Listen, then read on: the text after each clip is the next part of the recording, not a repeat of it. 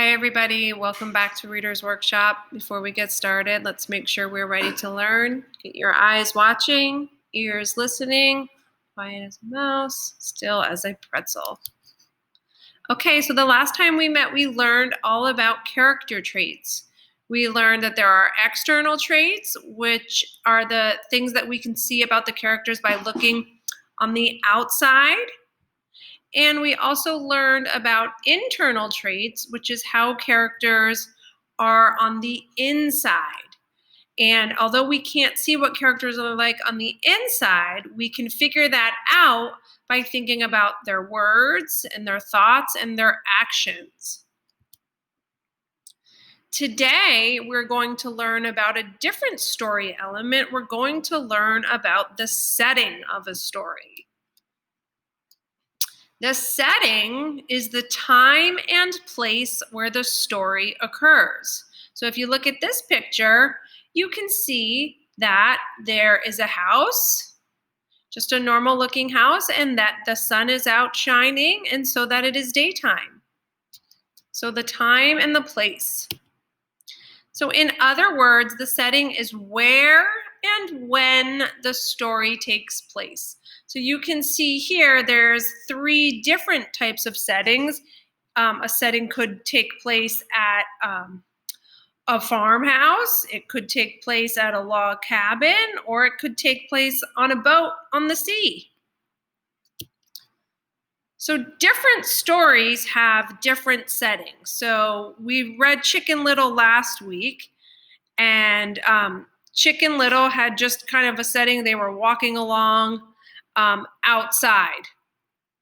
Whereas if you think about Goldilocks and the Three Bears, which is a story I'm sure many of you are familiar with, that story took place in the home of the Three Bears.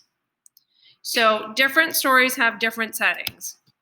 And even stories by the same author can have different settings. So if you remember Chrysanthemum, that story took place, a lot of that story took place at school, and some of it took place at home.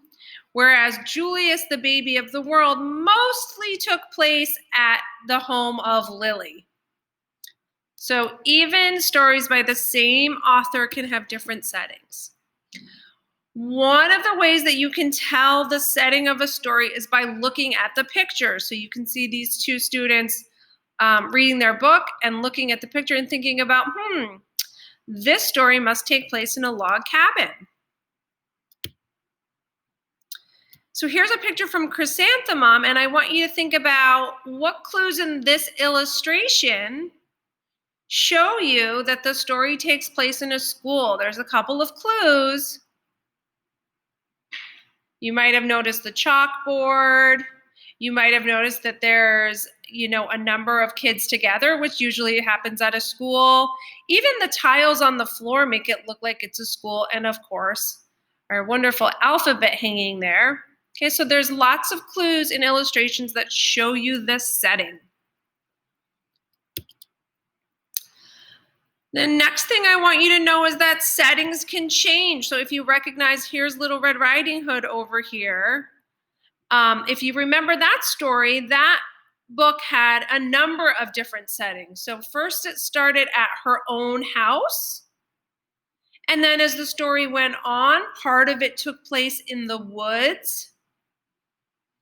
And then it ended, of course, at Grandma's house. So a story can have more than one setting. Here are some pictures from Chrysanthemum. Again, I'm saying settings can change because here's part of it happening at school, and then she went home, and then she's back at school, and then she was back at home. Okay, so the settings can change throughout the story. Now it is your turn to practice independent reading. And when you read, try to describe the settings in the story that you read. Today, you're going to read for 12 minutes. You are going to remember to show reader respect.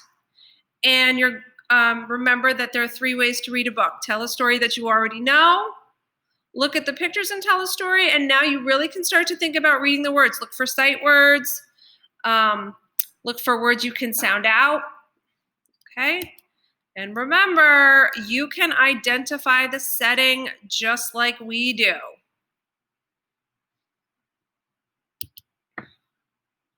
Oh, look, I wrote a little equation. I wrote a little number equation, but it's a picture equation for you to remember the setting. Time plus place. Time and place is how you can remember. Okay, so the setting is where the story happens. Different stories have different settings. Illustrations show the setting, and settings can change. Okay, guys, happy reading.